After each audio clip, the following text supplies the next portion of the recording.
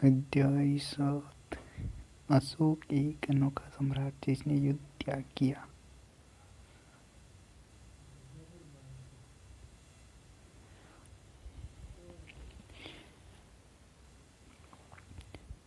एक बहुत बड़ा राज्य, एक साम्राज्य। इतिहास के महानतम में से एक अशोक के निर्देश में है। निर्देश पर इसके लिए जैसे कई स्तंभों पत्थरों पर अभिलेख उत्तीर्ण किए हैं। इसके पहले कि हम ये जानें कि इन अभिलेखों में क्या लिखा है, ये समझने की कोशिश करें कि उनके राज्य को साम्राज्य कहा जाता था।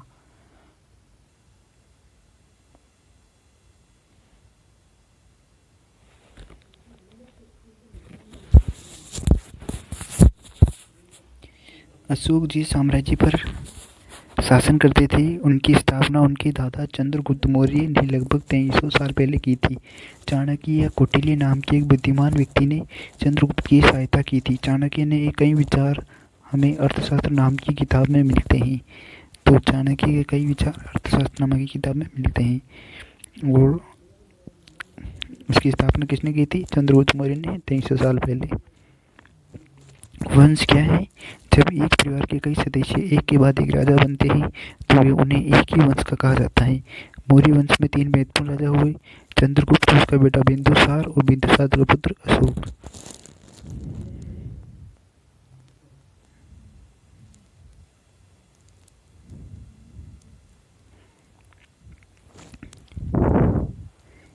साम्राज्य में बहुत से नगर थे। इनमें साम्राज्य की राजधानी पाटलिपुत्र, उज्जैन और तक्षशिला जैसे नगर प्रमुख थे। तक्षशिला उत्तर पश्चिम की ओर मध्य एशिया के लिए आने जाने का मार्ग था। दूसरी तरफ उज्जैन उत्तरी भारत से दक्षिण भारत जाने का वाले रास्ते में पड़ता था। शायद नगरों में व्यापारी, सरकारी अधिकारी और शिल्पकार रहा करते थे। साम्राज्य के बहुत बड़े क्षेत्रों में किसानों और पशुपालकों के गांव बसे हुए थे और मध्य भारत जैसे इलाकों में ज्यादातर हिस्सों जंगलों से भरा हुआ था। वहाँ पर लोग फल फूल का संग्रहण और जानवरों का शिकार करके जीविका चलाते थे। साम्राज्य के लिए अलग अलग इलाकों में लोग भिन्न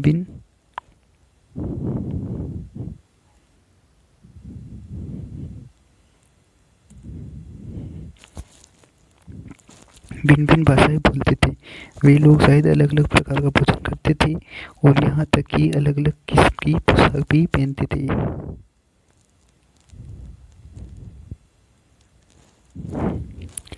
लंपक, कंधार अफगानिस्तान, मनसेहरा शाहाबाद, गढ़ी और तक्षशिला पाकिस्तान में है, और कलसी, मरेठ, टोपरा, बहापुर दिल्ली, लुम्बिनी, रामपुरवा,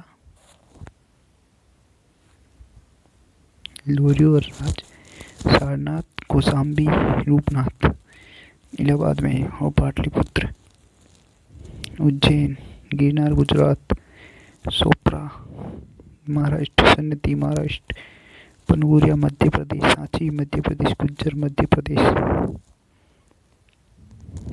कलिंग उड़ीसा और धौली उड़ीसा।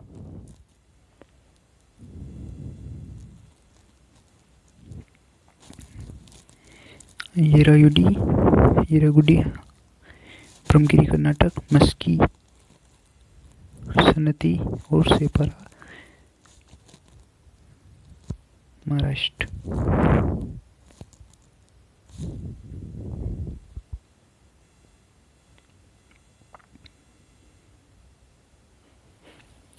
राज्य साम्राज्य से कैसे भिन्न है? क्योंकि साम्राज्य राज्यों से बड़े होते थे और उनकी रक्षा के लिए बड़ी सेनाओं की जरूरत होती थी, इसलिए सम्राटों को राजाओं की तुलना में ज़्यादा संसाधनों की जरूरत होती थी।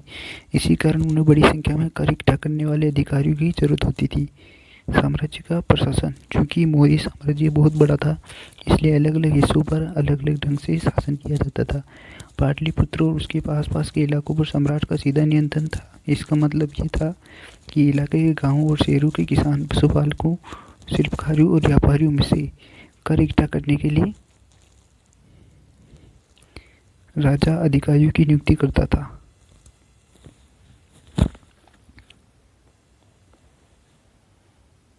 जो राजा के आदेशों का उल्लंघन करते थे, अधिकारी उनकी सजा भी देते थे। इनमें से कई अधिकारियों का वेतन भी दिया जाता था। संदेशवाहक एक जगह से दूसरी जगह घूमते रहते थे और राजा के जासूस अधिकारियों के कार्यकलाप पर नजर रखते थे। इन सब के ऊपर सम्राट था, जो राज परिवार एवं वरिष्ठ मंत्रियों की सहायता पर सब पर नियंत्रण रखता था। मौर्य साम्राज्य के भीतर कई छोटे क्षेत्रीय प्रांत थे। इन पर तक्षशिला, उज्जैन जैसी प्रांतीय राजधानियों से शासन किया जाता था। तो तक्षशिला कहाँ है? पाकिस्तान में।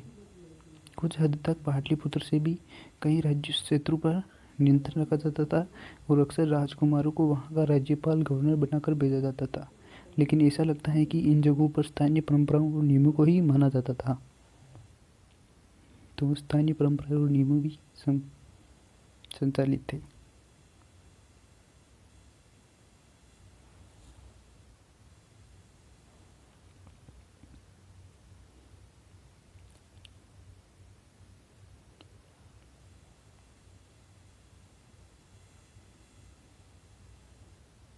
पारदर्शी केंद्रों के बीच विस्तृत क्षेत्र थे और इनके इलाके में मौर्य शासक सिर्फ मार्गों और नदियों पर नियंत्रण रखने की कोशिश करते थे, जो कि आवागमन के लिए महत्वपूर्ण थे। यहाँ से उन्हें जो संसाधन कर और भेंट के रूप में मिलते थे उसे इकट्ठा किया जाता था। उदाहरण के लिए अर्थशास्त्र में ये लिखा है कि उत्तर पश्चिम में कंबल के लिए और दक्षिण भारत सोने और कीमती पत्थरों के लिए प्रसिद्ध था। संभव है कि संसाधन नजराने के रूप में इकट्ठे किए जाते थे। तो उत्तर पश्चिम कंबल के लिए और दक्षिण भारत सोने और कीमती पत्थरों के लिए प्रसिद्ध था। नजराना क्या है? जहाँ कर नियमित ढंग से इकट्ठे किए जाते थे वही नजराना अनियमित रूप से जब भी संभव हो इकट्ठा किया जाता था। ऐसे नजराने विविध पदार्थों के रूप में पाए ऐसे लोगों से लिए जाते थे जो स्वेच्छा से इसे लेते थे।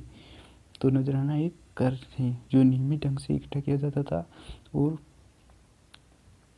ऐसे नजराने विविध पदार्थों के रूप में प्राय ऐसे लोगों से लिए जाते थे जो स्वेच्छा से देते थे। राजधानी में सम्राट मेगास्थनीज चंद्रगुप्त के दरबार में पश्चिमी एशिया के यूनानी राजा सेल्यूकस निकेटर का राजदूत था। तो मेगास्थनीज चंद्रगुप्त के दरबार में पश्चिमी एशिया राजा सेल्यूकस का राजदूत था। मेगास्थनीज ने जो कुछ देखा उसका विवरण दिया है। यहाँ हम विवरण का अंश दे। सम्राट का जनता के सामने आने के अवसरों पर शोभा यात्रा के रूप में जश्न मनाया जाता था। उन्हें एक सोने की पालकी में ले जाया जाता था। उनके अंगरक्षक सोने और चांदी से अलंकृत हाथियों पर सवार रहते थे। कुछ अंगरक्षक पेड़ों को लेकर चलते थे। इन पेड़ों पर प्रशिक्षित तोतों का एक झुंड रहता था जो सम्राट के सिरे के चारों तरफ चक्कर लगाता रहता था। राजा सामान्य हथियारबंद महिलाओं से घिरे होते हैं। वे हमेशा इस बात से डरे होते थे कि कोई उनकी हत्या करने की कोशिश न करे। उनके खाना खाने के पहले खास नौकर उस खाना को चखते थे। वे लगातार 2 रात एक ही कमरे में नहीं सोते थे। पाटलिपुत्र जो आधुनिक पटना के बारे में है, ये एक विशाल और खूबसूरत नगर है। ये एक विशाल प्राचीर से घिरा है जिसमें 537 बुर्ज हैं। तो पाटलिपुत्र में 537 बुर्ज हैं और 64 द्वार हैं। 2 और 3 मंजिल वाले घर हैं। लकड़ी और कच्ची ईंटों से बने हैं। राजा का महल भी काठ से बना है जिसे पत्थर की निकासी से अलंकृत किया गया है और ये चारों तरफ उद्यानों और चिड़ियों के लिए बने बसेरा से घिरा है।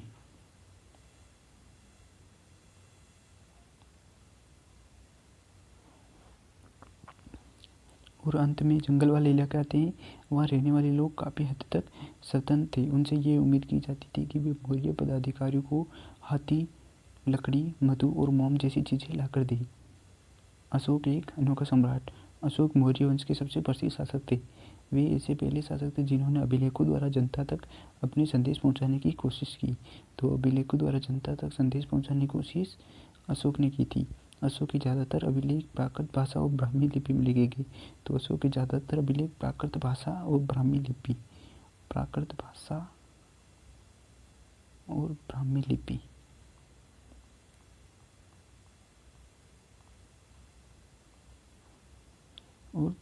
में लिखे गए। कलिंग युद्ध का वर्णन करता हुआ अशोक अभिलेख। अपने एक अभिलेख में अशोक ने ये बात की कि राजा बनने के 8 साल बाद मैंने कलिंग विजय की। तो 8 साल बाद कलिंग विजय की। लगभग 1.5 लाख लोग बंदी बना लिए गए 1 लाख से ज़्यादा लोग मारे गए। इससे मुझे अपार दुख हुआ। क्यों? जब किसी स्वतंत्र देश को जीता जाता है तो लाखों लोग मर जाते हैं और बहुत सारे बंदी बनाए जाते हैं। इसमें ब्राह्मण और सरमन भी मारे जाते हैं। जो लोग अपने सगे संबंधी और मित्रों को बहुत प्यार करते हैं तथा दासों और मृतकों के प्रति दयावान होते हैं, वे भी युद्ध में तो या तो मारे जाते हैं या अपने परिजनों को खो देते हैं। इसलिए मुझे पश्चाताप हो रहा है कि मैंने धम्म पालन करना एवं दूसरों को इसकी शिक्षा देने का निश्चय किया है। मैं मानता हूँ कि धम्म के माध्यम से लोगों का दिल जीतना बलपूर्वक विजय पाने से ज़्यादा अच्छा है। मैं ये अभिलेख भविष्य के लिए एक संदेश के रूप में इसलिए उत्कीर्ण कर रहा हूँ कि मेरे बाद मेरे बेटे और पोते भी युद्ध न करें। इसके बदले उन्हें यह सोचना चाहिए कि धम्म को कैसे बढ़ाए। धम्म शब्द संस्कृत के धर्म का प्राकृत रूप है। अशोक का कलिंग युद्ध। कलिंग तटवर्ती उड़ीसा का प्राचीन नाम है। तो कलिंग क्या है? उड़ीसा में स्थित है। अशोक ने कलिंग को जीतने के लिए युद्ध लड़ा, लेकिन युद्ध जनित हिंसा और खून खराबा देखकर उसने युद्ध से वितृष्णा हो गई। उन्होंने निर्णय लिया कि भविष्य में कभी युद्ध नहीं करेंगे। तो कलिंग उड़ीसा का तटवर्ती प्राचीन नाम है।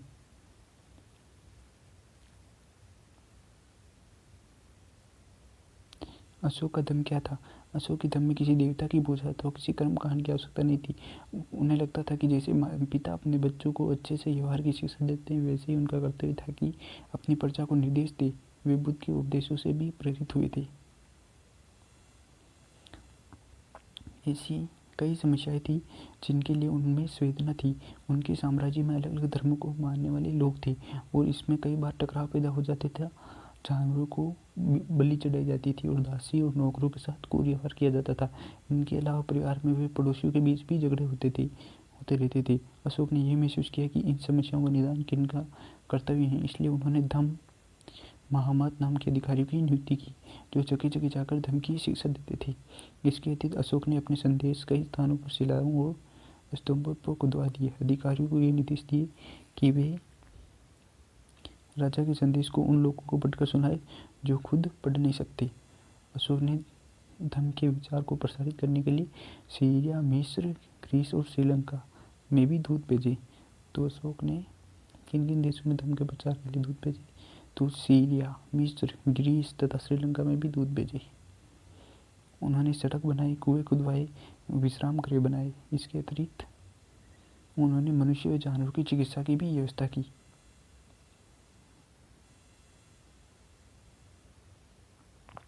अपनी प्रजा के लिए अशोक का संदेश। लोग विभिन्न अवसरों पर अनुष्ठान करते हैं। उदाहरण के लिए जब वे बीमार होते हैं, जब उनके बच्चों का विवाह होता है, तब बच्चों के जन्म पर, और जब यात्रा शुरू करते हैं तो वे किसी तरह अनुष्ठान करते हैं। ये कर्मकांड किसी काम का नहीं। इसके बदले यदि लोग दूसरी रीतियों को माने तो ये ज़्यादा फलदायी होगी। ये अन्य प्रकार की रीतियाँ क्या हैं? ये हैं अपने दासों और नौकरों के साथ अच्छा व्यवहार करना, बड़ों का आदर करना, सभी जीवों पर दया करना और ब्राह्मणों तथा श्रमणों का दान देना। अपने धर्म की प्रशंसा या दूसरों के धर्म की निंदा करना, दोनों ही बातें गलत हैं।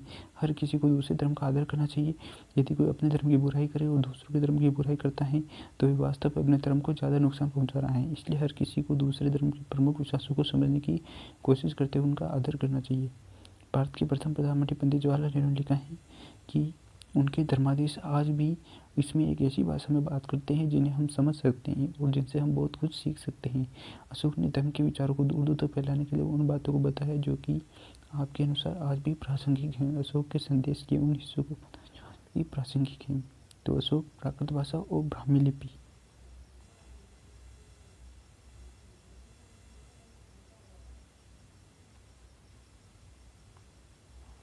मौर्य साम्राज्य के उभरने से थोड़ा पहले, लगभग 2400 वर्ष पहले, चीन सम्राटों ने चीन की दीवार का निर्माण शुरू किया। इसे बनाने का उद्देश्य उत्तरी सीमा की पशुपालक लोगों से रक्षा करना। लगभग 2000 वर्ष तक इस दीवार का निर्माण कार्य चलता रहा, क्योंकि साम्राज्य की सीमाएं बदलती रही हैं। दीवार लगभग 6400 किलोमीटर लंबी है तथा पत्थर और ईंट से बनी हुई है, जिसकी ऊपरी सतह ऐसी चौड़ी है। इसी दीवार को बनाने के लिए हजारों लोगों को काम करना पड़ा। हर 200 मीटर की दूरी पर इस पर निगरानी के लिए बुर्ज बने हुए हैं। पड़ोसी देशों के प्रति अशोक का रवैया चीनी सम्राटों के रवैये से भिन्न था। साम्राज्य, राजधानी, अधिकार, संदेशवाहक प्रांत और धर्म। मौर्य साम्राज्य की शुरुआत 300 साल पहले।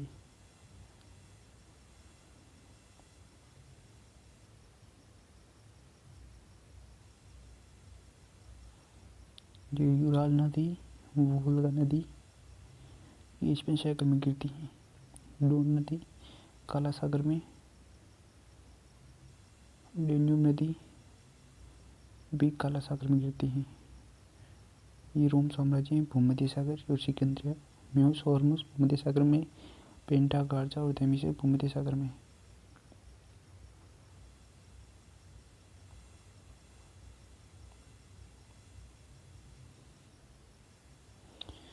चीन में खेतान तकला मकान मरुस्थल स्थित है। बल्कस झील मंगोलिया, चीन, अरल सागर, ऑक्सस नदी अरल सागर में, ताशकंद। तक्षशिला पेशावर पाकिस्तान, लहासा, तिब्बत।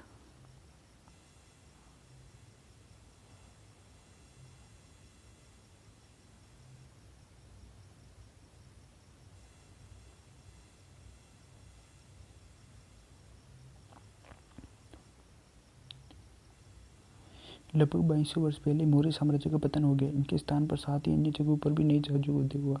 पश्चिमोत्तर में तथा उत्तर भारत के कुछ भागों में करीब 100 सालों तक हिंदी यवन राजाओं का शासन रहा। इनके बाद पश्चिमोत्तर, उत्तर तथा पश्चिम भारत पर्शिया नामक मध्य एशियाई लोगों का शासन स्थापित हुआ। इनमें से कुछ राज्य लगभग 500 वर्ष तक टिके रहे, जब तक कि शक शासकों की मुक्त शासकों ने पराजय नहीं मिली। शकों के बाद कुषाणों का शासन स्थापित हुआ। तो सबसे पहले मौर्य, फिर शक, फिर कुषाण। तुमको उत्तर तथा मध्य भारत के उच्च इलाकों में मौर्य शासनायक पुष्यमित्र शुंगु ने एक राज्य की स्थापना की। शुंगु के बाद कणु तथा कुछ वंशों का शासन तब तक चला, जब तक लगभग 1700 वर्ष पहले गुप्त साम्राज्य की स्थापना हुई। हमने देखा है कि पश्चिमी भारत के कुछ हिस्सों पर शकों का शासन था और यहाँ पश्चिमी भारत तथा मध्य भारत पर शासन कर रहे सातवाहन शासकों के साथ इनके कई युद्ध हुए और लगभग 2100 साल पहले स्थापित सातवाहन राज्य लगभग 400 साल तक टिका रहा और लगभग 1700 वर्ष पहले मध्य तथा पश्चिमी एशिया भारत में वाकाटक वंश का शासन स्थापित हुआ। दक्षिण भारत में 2200 से 1800 साल पूर्व के बीच चोलू, चेरू तथा पांड्यों ने शासन किया। लगभग 1500 साल पहले पल्लव तथा चालुक्यों के 2 बड़े राज्यों की स्थापना हुई। इसके अलावा और भी कई राज्य और राजा थे। इनके बारे में हम उनके सिक्कों, पांडुलिपि तथा पुस्तकों से पता चलता है। इन सब के साथ अनेक ऐसे परिवर्तन भी रहे थे जिनमें साम्राज्य स्त्री पुरुषों का महत्वपूर्ण योगदान था। इनमें कृषि का प्रसार, नए शहरों का विकास, उद्योग तथा व्यापार में प्रगति थी। व्यापारियों ने एक तरफ जहाँ उपमहाद्वीप के अंदर तथा बाहर जमीन के रास्तों की खोज की, वहीं पश्चिमी एशिया, पूर्वी अफ्रीका तथा दक्षिणी पूर्वी एशिया के समुद्री रास्ते भी खुले। मंदिरों, स्तूपों तथा अन्य इमारतों का निर्माण हुआ, किताबें लिखी गई, साथ ही वैज्ञानिक खोजें भी हुई। ये सारी बात साथ साथ हो रही थी। इस पुस्तक के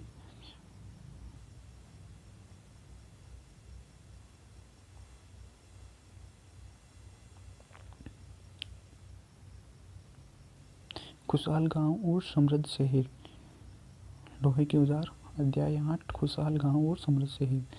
लोहे के औजार और खेती।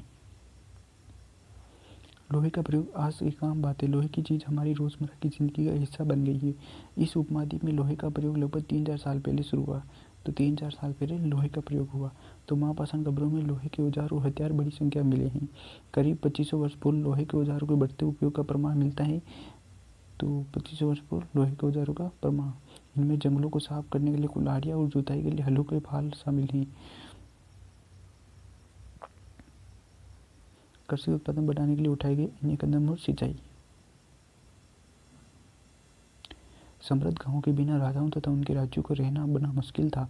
जिस तरह कृषि के विकास में नए औजार के महत्वपूर्ण कदम थे, उसी तरह सिंचाई में काफ़ी उपयोगी साबित हुई। इस समय सिंचाई के लिए नहरें, कुएं, तालाब तथा कृत्रिम जलाशय बन गए।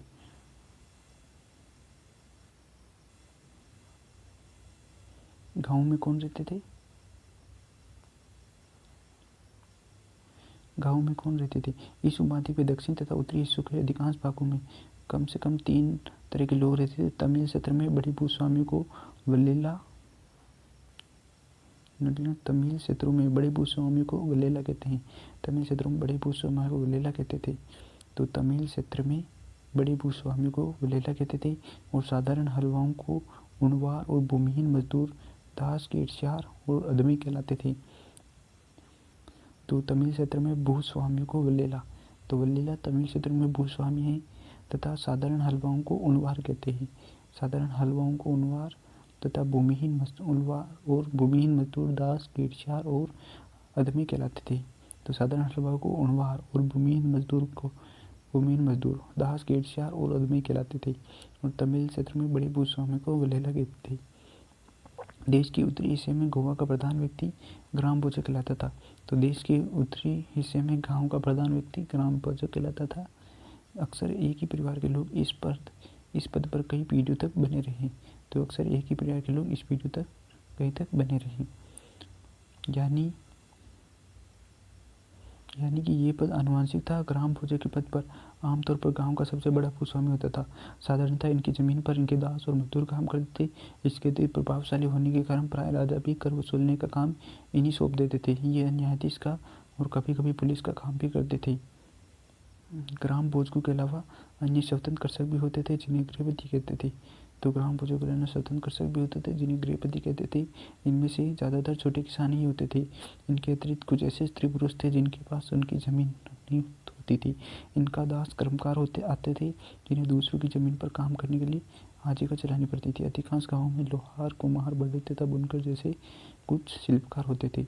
तो तमिलनाडु क्षेत्र में वलेला प्राचीन तमिल राजा। तो प्राचीन तमिल रचनाएं, तमिल की प्राचीनतम रचनाओं का संगम साहित्य कहते हैं। तो तमिल की प्राचीनतम रचनाओं को संगम साहित्य कहते हैं। इनकी रचना 2300 साल पहले की गई। इन्हें संगम इसलिए कहा गया क्योंकि मदुरई के कवियों के सम्मेलन में इनका संकलन किया गया था। इसलिए इसे संगम कहा गया। गाँव में रहने वाले प्राचीन तमिल नामक उल्लेख यहाँ किया गया है, वे संगम साहित्य में पाए गए। नगरी क्या कहती हैं? कहानियाँ, यात्रा विवरण, मूर्तिकला और पुरातत्व। तुमने जातकों के बारे में सुना होगा। ये वो कहानियाँ हैं जो आम लोगों में प्रचलित थी। बौद्ध भिक्षु ने इनका संकलन किया। यहाँ एक जातक कथा दी गई है जिसमें ये बताया गया है कि निर्धन किस तरह धनी और किस तरह धीरे धीरे धनी बन जाता है।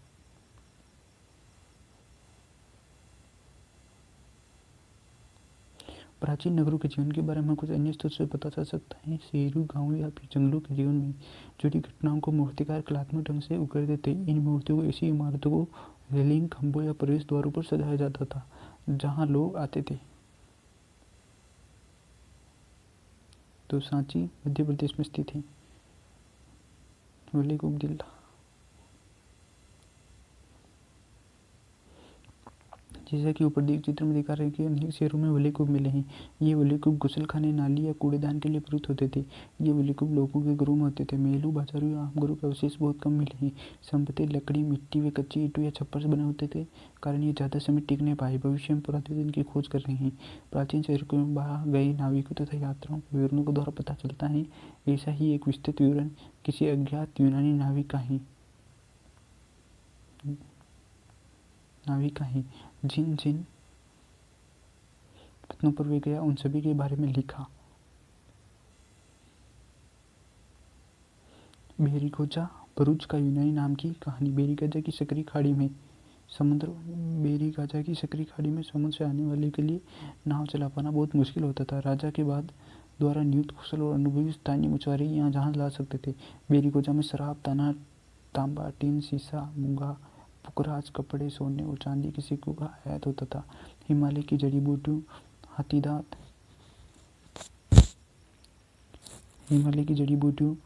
हाथीदांत, गोमत, कांडियन, सूती कपड़ा, रेशम तथा इत्र यहाँ से निर्यात किए जाते थे। राजा के लिए व्यापारियों विशेष उपहार लाते थे। इनमें चांदी के बर्तन, गाय की सूंड, सुंदर औरतें, अच्छी शराब, कपड़े शामिल थे।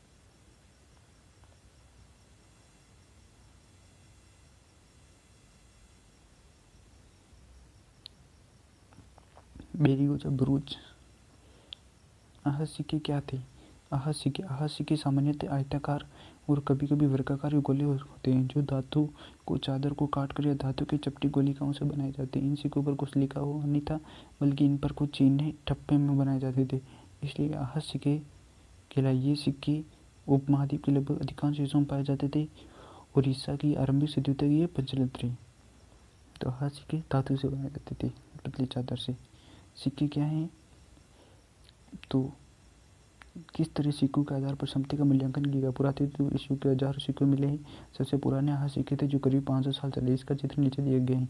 चांदी या तांबे के सिक्कों पर विभिन्न आकृतियों का हाथकर बनाए जाने के कारण इन्हें आहत सिक्के कहा जाता था। चांदी या तांबे के सिक्कों पर विभिन्न आकृतियों को हाथकर बनाए जाने के कारण इन्हें आहत सिक्का कहा जाता था।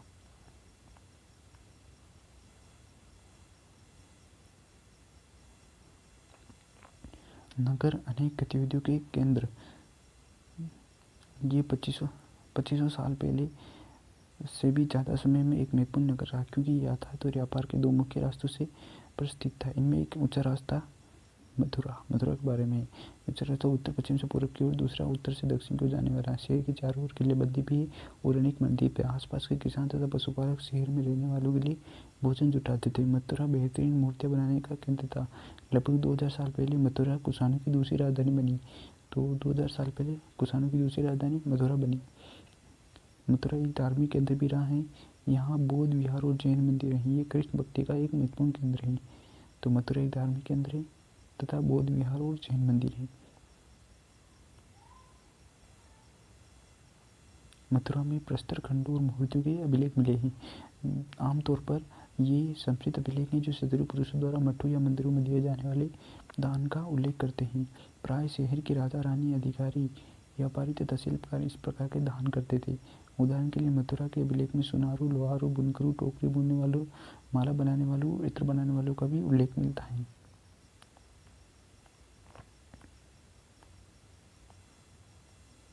शिल्प तथा शिल्पकार। पुरास्थलों में शिल्पों के नमूने मिले हैं जिनमें मिट्टी के बहुत ही पतले और सुंदर बर्तन मिले हैं। उन्हें उत्तरी काले चमकीले पात्र कहा गया है क्योंकि ये ज़्यादातर उपमहाद्वीप के उत्तरी भाग में मिले हैं। ध्यान रखें कि अन्य दूसरे शिल्पों के अवशेष नहीं बचे होंगे। जैसे कि विभिन्न ग्रंथों से हमें पता चला है कि कपड़ों का उत्पादन बहुत महत्वपूर्ण है। उत्तर में वाराणसी और दक्षिण में मदुरई इसके प्रसिद्ध केंद्र थे। तो कपड़ों के लिए उत्तर में वाराणसी और दक्षिण में मदुरई प्रसिद्ध थे। यहाँ स्त्री पुरुष दोनों काम करते थे। उत्तरी काले चमके पात्र। ये कठोर चौक निर्मित धातु की तरह दिखने वाला चमकदार काले सतह वाला पात्र है।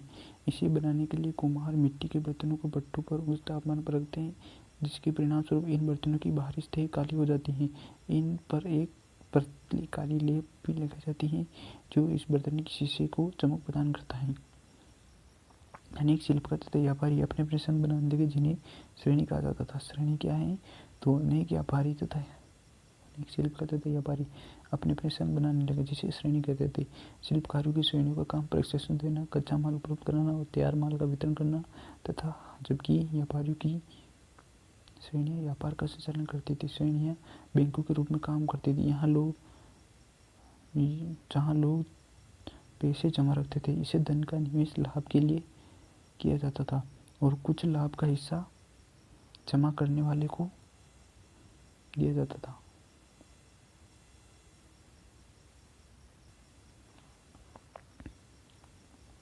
सूत काटने और बुनने के नियम। तो ये नियम अर्थशास्त्र के हैं।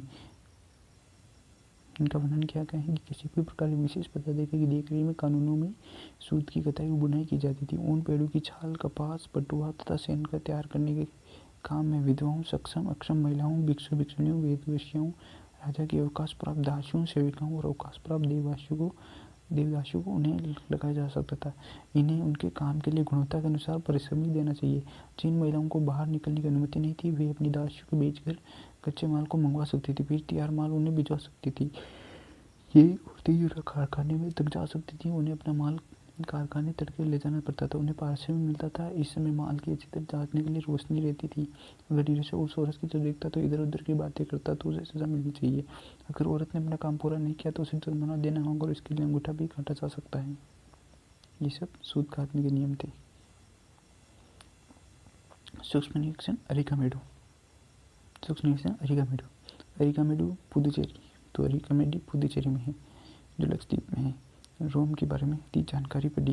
लगभग 2200 से 1900 साल पहले अरिकामेडु एक पतन था। तो अरिकामेडु एक बंदरगाह है 2200 से 1900 साल पहले। यहाँ दूर दूर तो जहाज़ों के सामान उतारे जाते थे। यहाँ ईंटों से एक बना ढांचा मिला है। तो अरिकामेडु पतन है और ईंटों से बना ढांचा मिला है और संभवतः गोदाम रहा हो जहाँ भूमध्य सागरीय क्षेत्र के अम्फोरा जैसे पात्र मिले हैं। तो ये भूमध्य सागरीय क्षेत्र में अम्फोरा जैसा पात्र भी मिला है। इनमें शराब या तेल जैसे तरल पदार्थ रखे जा सकते थे। इनमें दोनों तरफ से पकड़ने के लिए हत्थे लगे हैं। साथ ही यहाँ एरिटाइन जैसे मोहरे लगे लाल चमकदार बर्तन भी मिले हैं, जिन्हें इटली के शेर के नाम पर एरिटाइन पात्र के नाम से जाना जाता है। इस मोहरे पर सांचे पर गीली चिकनी मिट्टी का दबाकर बनाया जाता था। तो एरिटाइन पात्र मिले हैं, एम्फोरा जैसे पात्र मिले हैं, भूमध्य सागर क्षेत्र से, और ईंटों से बना ढांचा मिला है जो संपत्ति गोदाम था, और एक पत्र का पतन है पहले। एरिटाइन इटली से मिले हैं।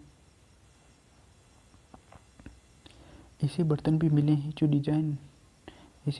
मिले हैं जिनका डिजाइन भी रोम का था, किंतु वे यही बनाए जाते थे। यहाँ रोमन लेप शीशे के बर्तन तथा रत्न मिले हैं। तो रोमन लेप शीशे के बर्तन तथा रत्न भी मिले हैं। साथ ही छोटे छोटे कुंड मिले हैं जो संपत्ति कपड़े की रंगाई के पात्र मिले हैं। तो साथ में छोटे छोटे कुंड भी मिले हैं जो संपत्ति कपड़े की रंगाई के पात्र रहे होंगे। यहाँ पर शीशे और अर्धमूल्य पत्थरों से मेनके बनाने के पर्याप्त साक्ष्य मिले हैं। तो मेनके के साक्ष्य मिले हैं। अभिलेखित मिट्टी के बर्तन पर कई बर्तनों पर ब्राह्मी लिपि में अभिलेख मिले हैं। प्रारंभ में तमिल भाषा के लिए इस लिपि का प्रयोग किया जाता था, इसलिए इन्हें तमिल ब्राह्मी अभिलेख भी कहा जाता था।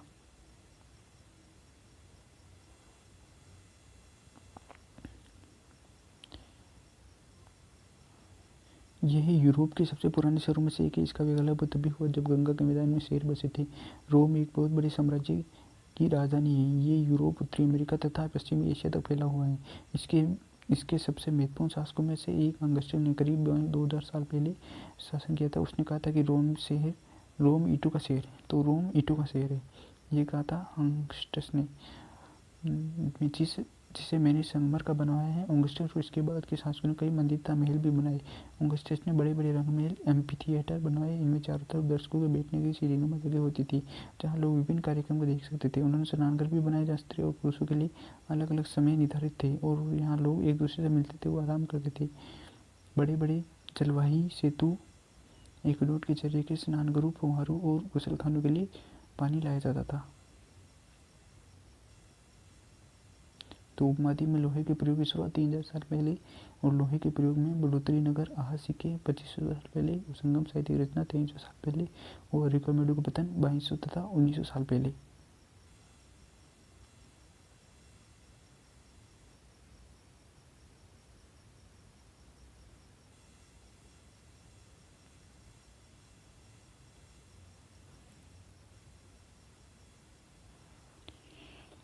अध्याय 9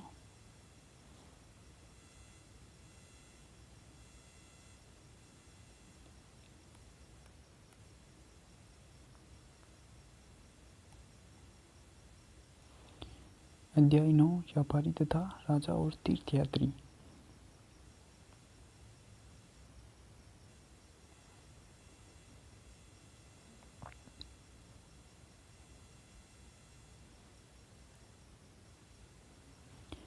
दक्षिण भारत सोना, मसाले, खास तौर पर काली मिर्च तथा कीमती पत्थरों के लिए प्रसिद्ध है। काली मिर्च को रोमन साम्राज्य में इतनी मांग थी कि इसे काले सोने के नाम से बुलाया जाता था। तो काला सोना क्या है? काली मिर्च,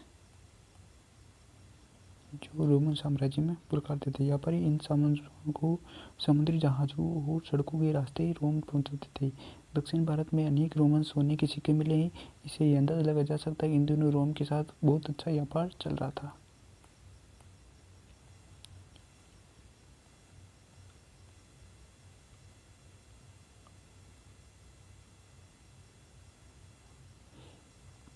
व्यापारियों ने कई समुद्री रास्ते खोज निकाले। इनमें से कुछ समुद्र के किनारे चलते थे, कुछ अरब सागर और बंगाल की खाड़ी पार करते थे। नाविक मानसूनी हवा का फायदा उठाकर अपनी यात्रा जल्दी पूरी कर लेते थे। वे अफ्रीका या अरब के पूर्वी तट से इस उपमहाद्वीप की पश्चिमी तट पर पहुंचना चाहते थे, तो दक्षिणी पश्चिमी मानसून के साथ चलना पसंद करते थे। इन लंबी यात्राओं के लिए मजबूत जहाज़ों का निर्माण किया जाता था। समुद्र तटों से लगे राज्य। तो इस उपमहाद्वीप के दक्षिण भाग में बड़ा तटीय प्रदेश है। इनमें बहुत सी पहाड़, पठार और नदी के मैदान हैं। नदियों के मैदान इलाकों में कावेरी का मैदान सबसे उपजाऊ है। मैदानी इलाकों तथा तटीय इलाकों के सरदारों और राजाओं के पास धीरे धीरे काफ़ी संपत्ति और शक्ति हो गई। संगम कविताओं में मोहनधार की चर्चा मिलती है। तो संगम कविताओं में मोहनधार की चर्चा मिलती है। और मोहनधार ये एक तमिल शब्द है जिसका अर्थ है 3 मुखिया। तो संगम साहित्य में मुखिया की चर्चा मिलती है। इसका प्रयोग 3 शासक परिवारों के मुखियाओं के लिए किया जाता था।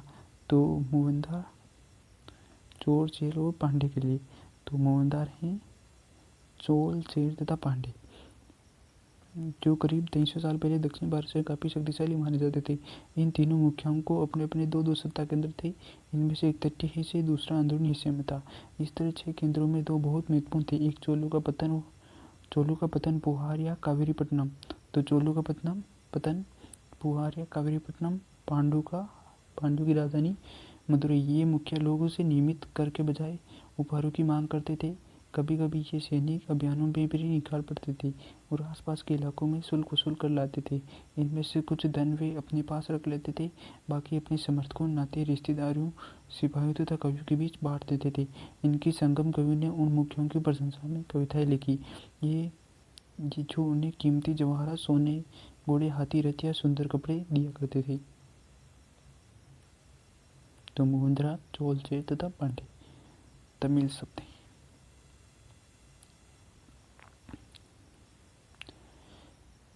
इसके लगभग 200 वर्षों के बाद पश्चिमी भारत में सातवाहन नामक राजवंश का प्रभाव बढ़ा। सातवाहनों का सबसे प्रमुख राजा गौतमीपुत्र श्री सातकर्णी था। इसके बारे में हम उसके माँ गौतमी बलसरी द्वारा दान किए गए अभिलेख से पता चलता है। वे अन्य किसी सातवाहन शासक दक्षिणापथ के स्वामी किए जाते थे। दक्षिणापथ का शाब्दिक अर्थ दक्षिण की ओर जाने वाला रास्ता होता था। पूरे दक्षिण क्षेत्र के लिए यही नाम परिचित था। श्री सातकर्णी ने पूर्वी, पश्चिमी तथा दक्षिण तटों पर अपनी सेनाएं भेजी थी। अब रेशम मार्ग की कहानी। तो सातकर्णी का गौतम पुत्र सातकर्णी सबसे प्रभावी राजा। रेशम मार्ग की कहानी कीमती चमकीले रंग और चिकनी मुलायम बनावट की वजह से। रेशमी कपड़े अधिकांश समाज में बहुमूल्य माने जाते हैं। रेशमी कपड़ा तैयार करना एक जटिल प्रक्रिया है। रेशम के कीड़े से कच्चा रेशम निकालकर सूत कताई जाती है और फिर उससे अपना कपड़ा बुना जाता है। रेशम बनाने की तकनीक का आविष्कार सबसे पहले चीन में करीब 7000 साल पहले हुआ। तो रेशम बनाने की तकनीक का आविष्कार चीन में हुआ 7000 साल पहले। इस तकनीक को उन्होंने हजारों साल तक बाकी दुनिया छुपाए रखा। पर चीन से पैदल, घोड़े और ऊँटों पर कुछ लोग दूर दूर की जगहों पर जाते थे और उन्हें अपने साथ रेशमी कपड़े भी ले जाते थे। जिस रास्ते से ये लोग यात्रा करते थे वे रेशम मार्ग, सिल्क रूट के नाम से प्रसिद्ध हो गया। कभी कभी चीन के शासक ईरान और पश्चिमी एशिया के शासकों को उपहार के तौर पर रेशमी कपड़े भेजते थे और यहाँ से रेशम के बारे में जानकारी और भी पश्चिम की ओर फैल गई। करीब 2000 साल पहले रोम के शासकों द्वारा धनी लोगों के बीच रेशमी कपड़े पहनना एक फैशन बन गया। इसकी कीमत बहुत ही ज़्यादा होती थी क्योंकि चीन में इस पर ले जाने दुर्गम पहाड़ी रास्तों से होकर जाना पड़ता था। यही नहीं, रास्ते के आसपास रहने वाले लोग व्यापारियों से यात्रा शुल्क भी मांगते थे।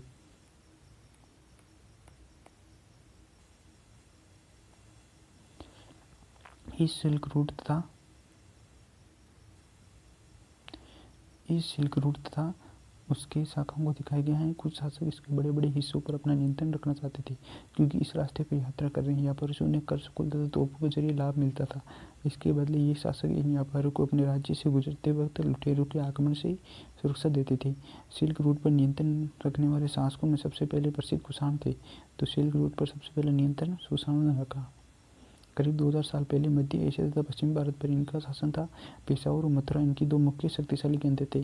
तो कुषाणों के पेशावर तथा मथुरा से राजधानी थी। तक्षशिला भी इनका एक राज्य का हिस्सा था जो वर्तमान पाकिस्तान में। इनके शासनकाल में ही सिल्क रूट की एक शाखा मध्य एशिया से होकर सिंधु नदी के मुहाने के पत्तनों तक जाती थी। फिर यहाँ से जहाजों तथा रेशम पश्चिम की ओर रोमन साम्राज्य तक पहुँचता था और इस उपमहाद्वीप में सबसे पहले सोने के सिक्के जारी करने वाले शासक कुषाण थे। तो सोने के सिक्के जारी करने वाला सबसे पहला शासक कुषाण थे। सिल्क रूट पर यात्रा करने वाले व्यापारी इनका उपयोग करते थे।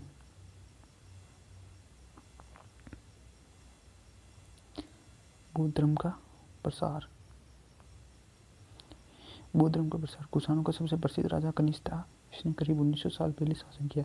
वे एक बौद्ध परिषद का गठन किया जिसमें एक तरह विद्वान महत्वपूर्ण विषयों पर विचार विमर्श करते थे। बुद्ध की जीवनी, बुद्ध चरित के रचनाकार कवि अश्वघोष। तो बुद्ध चरित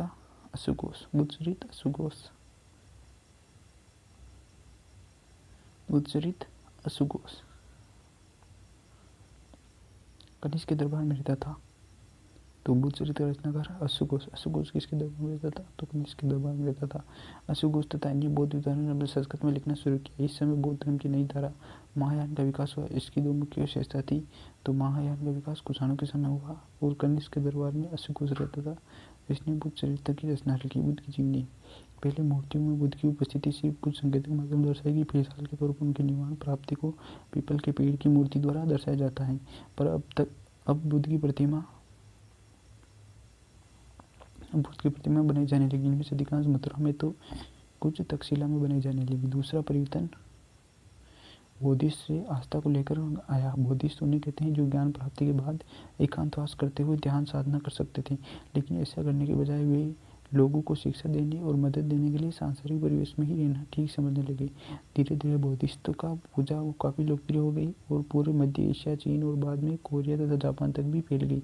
बौद्ध धर्म के प्रसार पश्चिमी और दक्षिणी भारत में हुआ, जहाँ बौद्ध भिक्षुओं के रहने के लिए पहाड़ों में दर्जनों गुफाएं खोदी गई। इनमें से कुछ गुफाएं राजा रानियों के आदेश पर बनाई गई तो कुछ व्यापारियों तथा कर्षकों द्वारा। इनमें से ज़्यादातर गुफाएं पश्चिमी घाट के दर्रों के पास बनी गई। दक्कन के शहरों और तटों के समुद्री बंदरगाहों उन्हें जोड़ने वाली सड़कें भी इन्हीं दरों से होकर गुजरती थी। ऐसा लगता है कि यात्रा करने वाले व्यापारी इन गुफाओं वाले मठों में विश्राम के लिए रुकते थे। बौद्ध धर्म दक्षिण पूर्व की ओर श्रीलंका, म्यांमार, थाईलैंड तथा इंडोनेशिया सहित दक्षिण पूर्व एशिया के अन्य भागों में भी फैला। तो बौद्ध धर्म श्रीलंका, म्यांमार, थाईलैंड तथा इंडोनेशिया सहित अन्य देशों में भी फैला।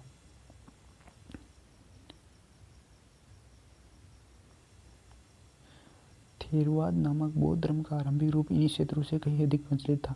तो Theravada Sri Lanka, Myanmar, Thailand, Indonesia. Theravada Sri Lanka, Myanmar, Thailand, Indonesia में फैला। तीर्थ यात्रियों की जिज्ञासा। व्यापारी काफिलों में तो जहाजों दूर दूर जाया करते थे। बहुत से तीर्थ यात्री भी इनके साथ यात्रा पर निकल पड़ते थे। तीर्थयात्री वे स्त्री पुरुष होते हैं जो प्रार्थना के लिए पवित्र स्थानों की यात्रा करते हैं। इसी तरह भारत की यात्रा पर आया चीनी बौद्ध यात्री फा सिहन काफ़ी प्रसिद्ध था। ये करीब 1600 साल पहले आया। सेवंतसांग 1400 साल पहले भारत आया। इसके करीब 50 साल बाद इत्सिंग आया। तो चीनी बौद्ध यात्री फा सिहन काफ़ी प्रसिद्ध था, करीब 1600 साल पहले आया। तो सेवंतसांग 1400 साल पहले आया और उसके करीब 50 साल बाद इत्सिंग आया। तो वे सब बुद्ध के जीवन से जुड़े जगहों को, प्रसिद्धों को, मठों को देखने के लिए बढ़ते। इनमें से प्रसिद्ध तीर्थयात्री अपनी यात्रा का वर्णन किया। उन्होंने अपनी यात्रा के दौरान आई मुश्किलों के बारे में लिखा। इन यात्राओं में कई वर्ष लग जाया करते थे। कुछ देशों और मठों को उन्होंने देखा, इनके बारे में उन्होंने लिखा। उनकी किताबों के बारे में उन्होंने लिखा जिन्हें वे अपने साथ ले गए। तो फा सिहन चीनी यात्री था और सेवंतसांग और इत्सिंग भी चीनी यात्री थे।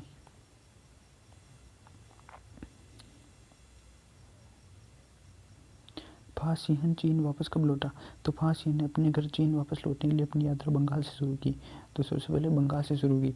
वे व्यापारियों के लिए एक जहाज़ पर चढ़ा। मुश्किल से 2 दिन ही चल पाया। एक समुद्री तूफान में फंस गए। व्यापारी अपने जहाज़ का डूबने बचाने के लिए जिसमें अपने माल को फेंक कर जहाज़ को हल्का करने की कोशिश करने लगे। तो फा सिहन ने अपने सामान को तो फेंक दिया, पर अपने उन पांडुलिपियों तथा बुद्ध की मूर्तियों को नहीं फेंका जिन्हें अपनी भारतीय यात्रा में संकलन की दिया। दिनों की आंधी रुकी। उसने समुद्र का वर्णन इस प्रकार किया। समुद्र असीम है। सूर्य, चांद और तारों की गति को देखे बिना ये पता पाना संभव है कि पूर्व की दरिया पश्चिम की दिशा में। अगर बरसात तो अंधेरा हो तो जहाज़ों के हवा के रूप में ले जाने के अलावा कोई चारा नहीं है। जावा पहुँचने पर उसे 90 दिन ज़्यादा लगे, 90 दिन से भी ज़्यादा लगे। तो जावा पहुँचा। तो फा सिहन चीन से भारत आया तो भारत से वापस जावा पहुँचा।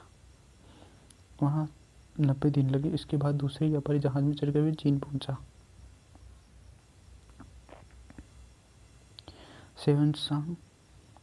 सेवंतसांग भूमार्ग से उत्तर पश्चिम और मध्य एशिया को चीन वापस लौटा। उसने सोना, चांदी और चंदन की लकड़ी की बनी बुद्ध की मूर्तियों और 600 से ज़्यादा पांडुलिपियाँ एकत्र की। वे लगभग 20 घोड़ों पर लाद कर ले गया। फिर इनमें 50 पांडुलिपियाँ उस समय खो गई जब सिंधु नदी पार करते हुए उनकी नाव उलट गई। अपने जीवन का बाकी हिस्सा उसने बची हुई पांडुलिपि को संस्कृत में चीनी अनुवाद करने में लगा दिया। तो 600 से भी ज़्यादा पांडुलिपियाँ सेवंतसांग लेगा।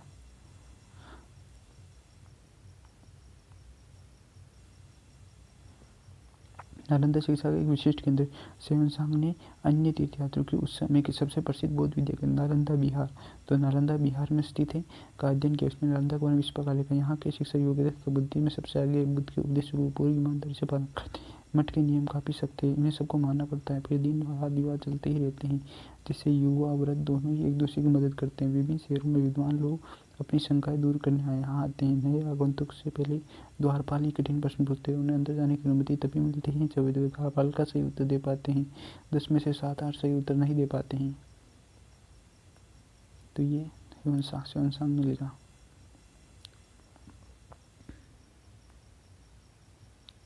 भक्ति की शुरुआत। इन्होंने हिंदी देवी देवताओं की पूजा का चलन की शुरुआत, जो बाद में हिंदू धर्म की प्रमुख पहचान बन गई। शिव, विष्णु और दुर्गा जैसी देवी देवता शामिल हुए। इन्हीं देवी देवताओं की पूजा भक्ति रूप में परंपरा के माध्यम से चलती थी। भक्ति उस समय काफ़ी लोकप्रिय परंपरा बन गई। किसी देवी देवता के प्रति श्रद्धा को ही भक्ति कहा जाता है। तो भक्ति क्या है? किसी भी देवी या देवता के प्रति श्रद्धा। भक्ति का पंथ सबके लिए खुला था, चाहे वे धनी हो या गरीब, ऊंची जाति हो नीची जाति, स्त्री हो या पुरुष। तो वराह के रूप में विष्णु एरण, मध्य प्रदेश की ये शानदार मूर्ति विष्णु के वराह के रूप की है। भक्ति मार्ग की चर्चा हिंदू के पवित्र ग्रंथ भगवद गीता में की गई है। तो भक्ति मार्ग की चर्चा हिंदू के पवित्र ग्रंथ भगवद गीता में की गई है। भगवद गीता महाभारत का एक हिस्सा है। इसमें भगवान कृष्ण ने अपने भक्त और मित्र अर्जुन दोनों को सभी धर्मों को छोड़कर उनके शरण में आने का उपदेश दिया है, क्योंकि केवल कृष्ण ही अर्जुन को सभी बुराई से मुक्ति दिला सकते हैं। पूजा के देर देश में विभिन्न लोगों को भक्ति वाले लोग आडंबर के साथ पूजा पाठ करने के बजाय ईश्वर के प्रति लगन तथा व्यक्तिगत पूजा पर जोर देते थे। भक्ति मार्ग अपनाने वालों का यह मानना था कि अगर अपनी आराध्य देवी या देवता को सच्चे मन से पूजा की जाए तो उसे उसी रूप में दर्शन देगी जिसमें भक्त उसे देखना चाहता है। इसलिए आराध्य देवी या देवता मानव के रूप में भी हो सकते हैं, या फिर सिंह, पेड़ या अन्य किसी रूप में भी। जैसे जैसे इस विचार को समाज द्वारा स्वीकृति मिलती गई, मूर्ति तैयार करने लगी। भक्ति शब्द भज शब्द से बना है, जिसका अर्थ है विभाजित करना, हिस्सेदार होता है। इसका अर्थ होता है कि भक्ति भगवान और भक्त के बीच परस्पर एक तरंग संबंध है। भक्ति भगवत या भगवान के प्रति झुकाव है। भगवत का एक अर्थ यह भी है कि जो अपने ऐश्वर्य और सुख दुखों को भक्तों के साथ बांटता है, यानी भक्त या भागवत अपने देवी देवता के भक्त का हिस्सेदार होता है। देवी देवताओं को विशेष सम्मान होता था, इसलिए विशेष जगहों पर इनकी मूर्ति को रखा जाता था। इनके मंदिरों को, इन्हीं स्थानों को मंदिर कहते थे। भक्ति परंपरा में चित्रकला, शिल्प और स्थापत्य कला के माध्यम से अभिव्यक्ति की प्रेरणा दी गई है। तो हिंदू क्या है? हिंदू शब्द इंडिया शब्द की तरह सिंधु या इंडस से निकला है। ये शब्द अरबों तथा ईरानी द्वारा उन लोगों के लिए उपयोग किया जाता था जो सिंधु नदी के पूर्व में रहते थे। यही शब्द उनके धार्मिक विश्वास तथा सांस्कृतिक परंपराओं के लिए भी प्रयुक्त होता था।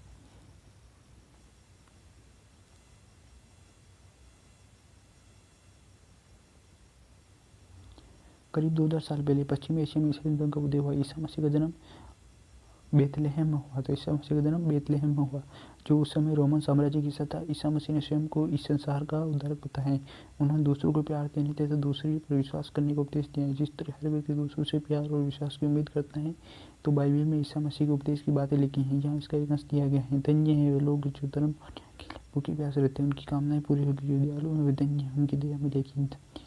से पवित्र है, क्योंकि वो ईश्वर के दर्शन कर सकेंगे। धन्य है वे जो साथी रिश्ता करेंगे, यही ईश्वर की संतान कहलाएंगे। ईसा मसीह का उपदेश साधारण लोगों को बहुत पसंद है। पश्चिम एशिया, अफ्रीका तथा यूरोप में फैल गई तथा ईसा मसीह की मृत्यु 100 साल के अंदर ही भारतीय उपमहाद्वीप के पश्चिमी तट पर पहले ईसाई धर्म प्रचारक पश्चिमी एशिया से आए। केरल के ईसाई को सीरियाई ईसाई कहा जाता था, जो कि संभवतः पश्चिमी एशिया से आए। तो इसके सबसे पुराने हैं तो केरल के ईसाई, सीरियाई ईसाई।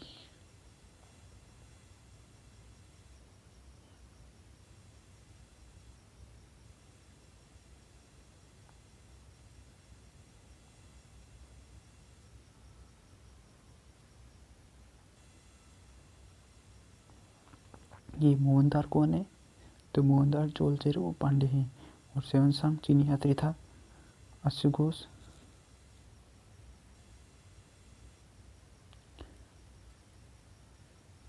और दक्षिणपद के स्वामी सातवाहन वंश थे। और बोधिसत्व बुद्ध चरित्र, अश्वघोष की बुद्ध चरित्र है और बोधिसत्व महायान बौद्ध धर्म है।